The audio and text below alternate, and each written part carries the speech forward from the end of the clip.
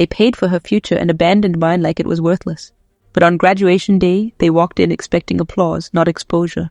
They had no idea I knew everything, the lies, the money, the favoritism, and when the truth cracked open in front of thousands, their faces turned ghost white. My name is Elena Hart, and if there's one thing I learned growing up, it's that parents don't always love equally. They choose whom to invest in, whom to nurture, and whom to quietly push aside. And in my family, I wasn't the chosen one. My older sister, Madison, was the sun, the moon, and every star my parents prayed to. I was the afterthought, the shadow trailing behind her perfect halo. People often say favoritism is subtle. No, my parents didn't bother hiding it. They decorated Madison's achievements like Christmas ornaments. When she got a B+, they celebrated like she solved world hunger. When I brought home straight A's, they nodded, said good, and went back to praising Madison's newest accomplishment, which was usually something as basic as breathing. But I stayed quiet. I told myself love wasn't a competition, until the day I learned the truth. The truth that reshaped my entire life, my future, and eventually, my revenge. It started the week of my high school graduation, a week I should have been excited for. A week I should have spent celebrating the end of one chapter and the start of college. Instead, I was juggling my part-time job, calculating student loan options, and filling out financial aid forms alone, because my parents had already made it clear. We don't have money for your college, Elena. Life is expensive. You'll have to figure it out. Figure it out. Like I hadn't been figuring out everything alone for years. But that evening, everything shattered. I came home from work tired, sweaty, and mentally drained. I walked inside quietly, planning to rush to my room before Mom asked me to keep it down because Madison was studying for something she never actually studied for. But then I heard them, my parents, whispering in the kitchen. Dad said the full payment went through today. Tuition, books, housing, everything for Madison is all set for all 4 years. Mom sighed in relief. Thank God, she deserves it. She shouldn't have to stress like Elena. She's too sensitive. I froze. My heart slammed hard against my ribs. Full payment? 4 years? Housing? Books? For Madison? My parents, the same ones who claimed they were broke, the same ones who told me I needed to take responsibility, had secretly paid $188,000 for my sister's full college journey. And they weren't just paying it, they were proud of it. Mom whispered, I still feel bad lying to Elena, but if we help her, we can't give Madison everything she needs. Dad replied, Elena is tough. She'll survive. Madison is fragile. Fragile? Madison? The girl who threw tantrums when the Wi-Fi lagged?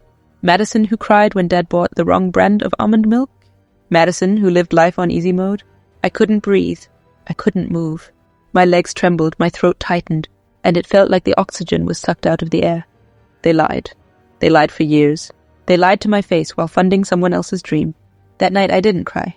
I didn't scream. I just stared at the ceiling and made a silent promise. I will build myself. I will rise alone.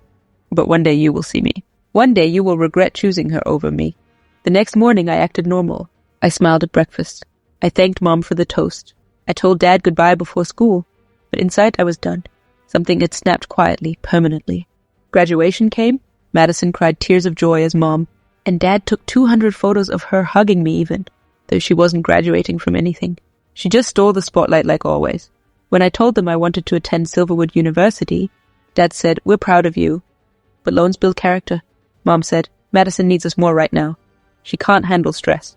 Madison, always. So I left. I went to college alone, dragging 2 suitcases, a backpack, and a heart cracked open. I worked 3 jobs for the next 4 years. I washed dishes at midnight.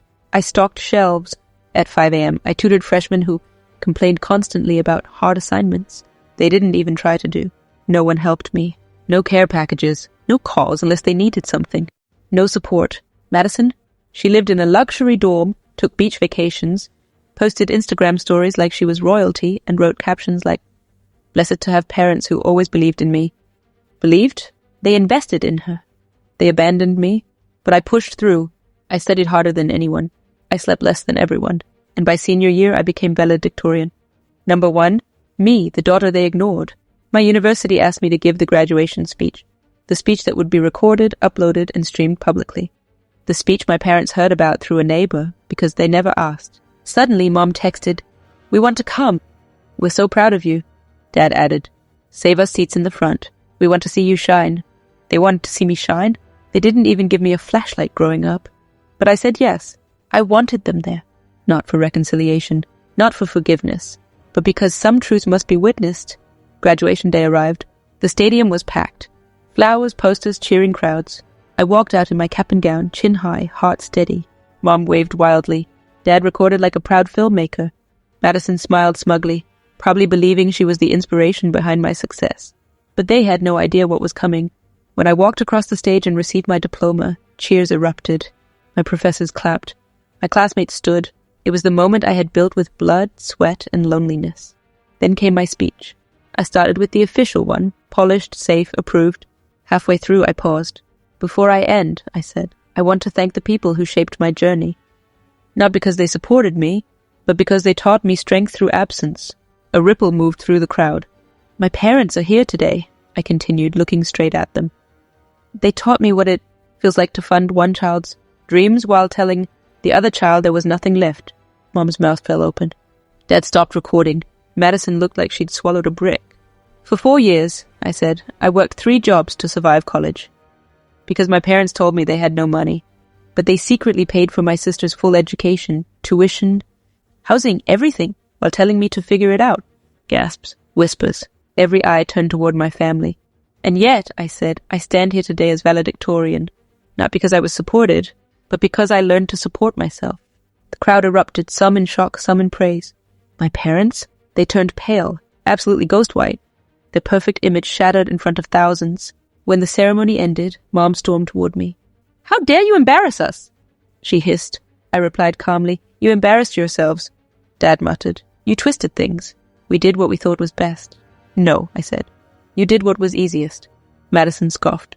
You ruined everything. I looked her dead in the eyes. No, I finally told the truth. Then I walked away. I didn't look back. 2 years later, I was hired as a cybersecurity analyst.